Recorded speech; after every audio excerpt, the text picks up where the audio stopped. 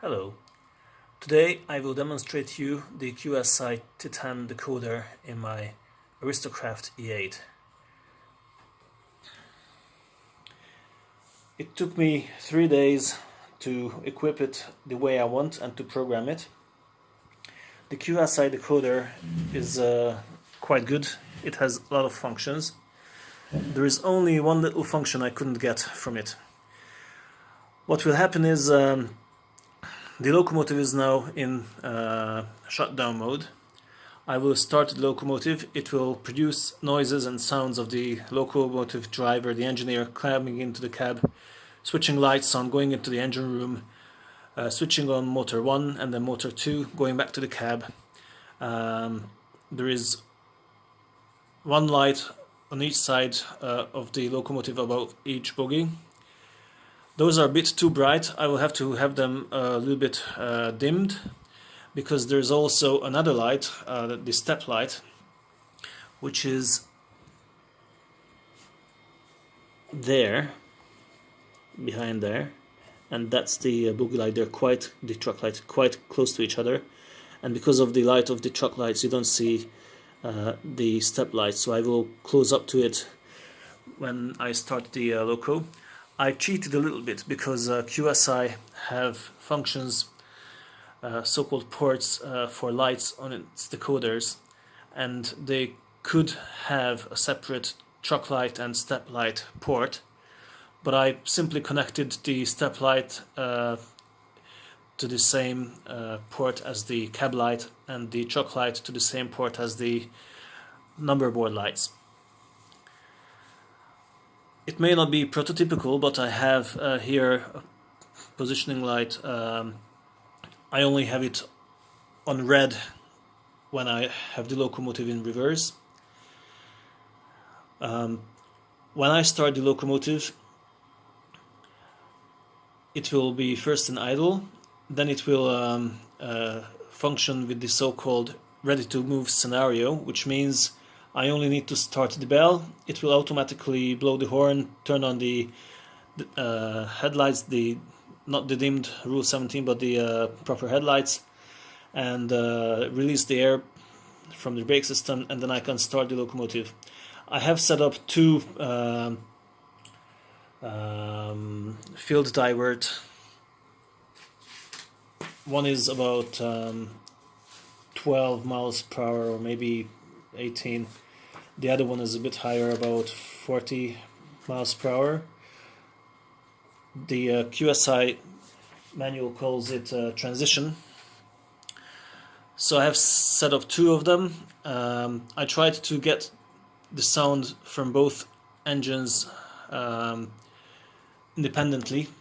One loudspeaker is here in the fuel tank, the other one is here where Aristocraft put it under the roof.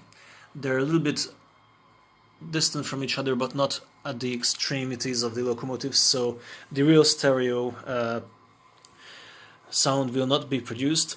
Anyhow, you will not be able to hear stereo because I'm only on one mic in the mobile phone, the cell phone.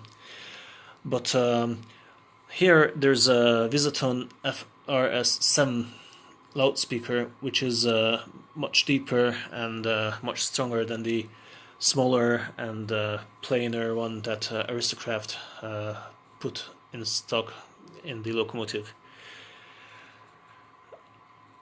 When I notch up to full power and I turn the controller back to 0, I have momentum set up, so the locomotive will keep rolling, and I will need to press F7, the button 7, to actually apply the brakes.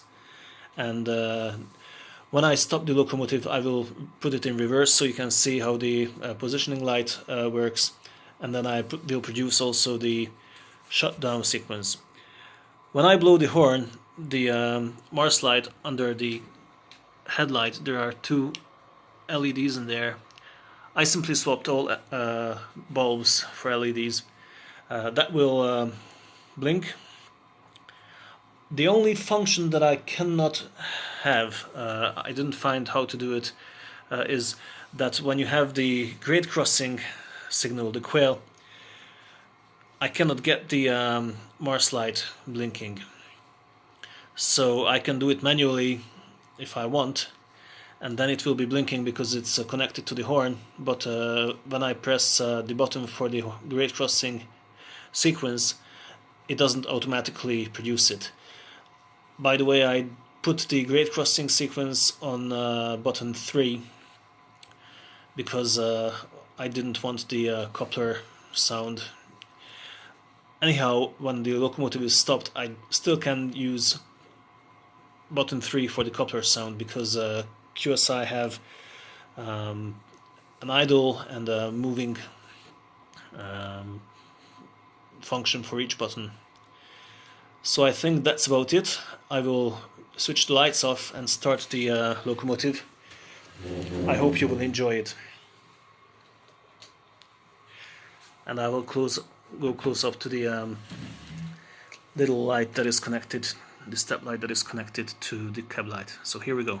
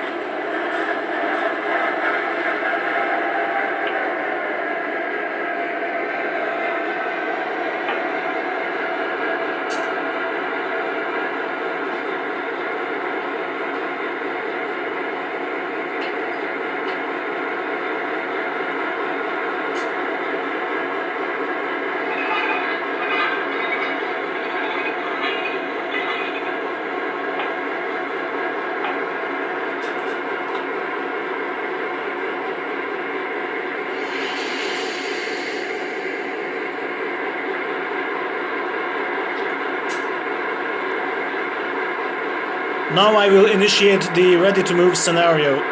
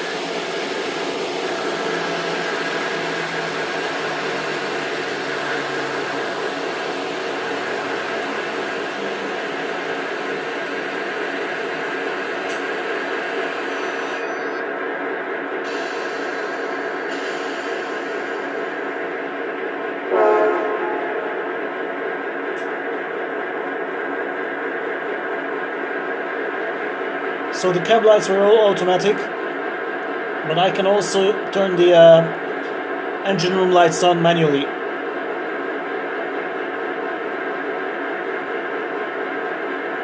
Here's the coupler clank.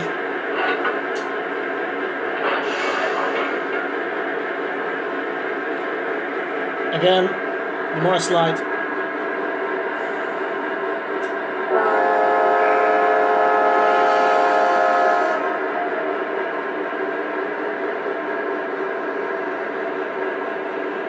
Now I will demonstrate the grade crossing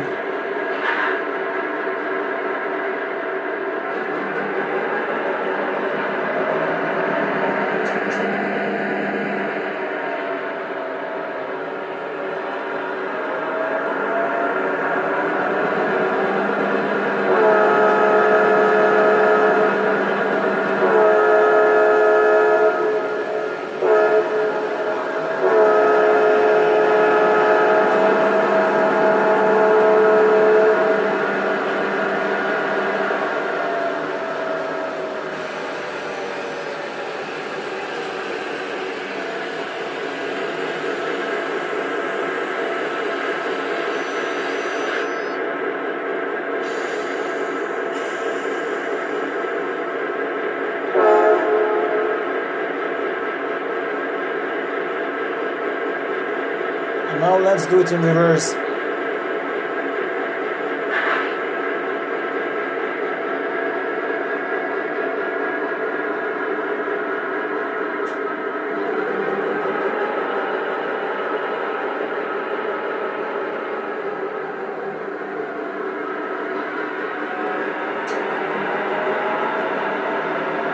Headlight stays on dimmed as per rule 17.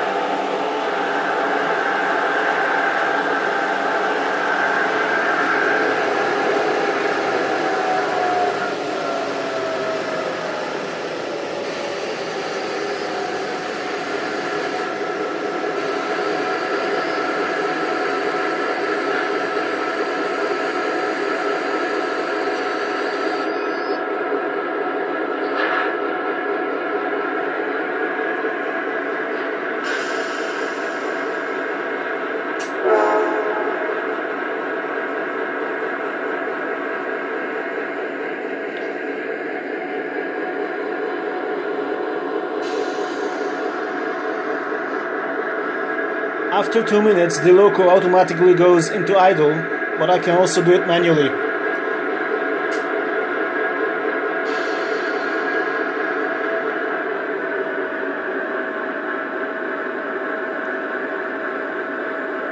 This is now in idle, low idle, and now the stop sequence.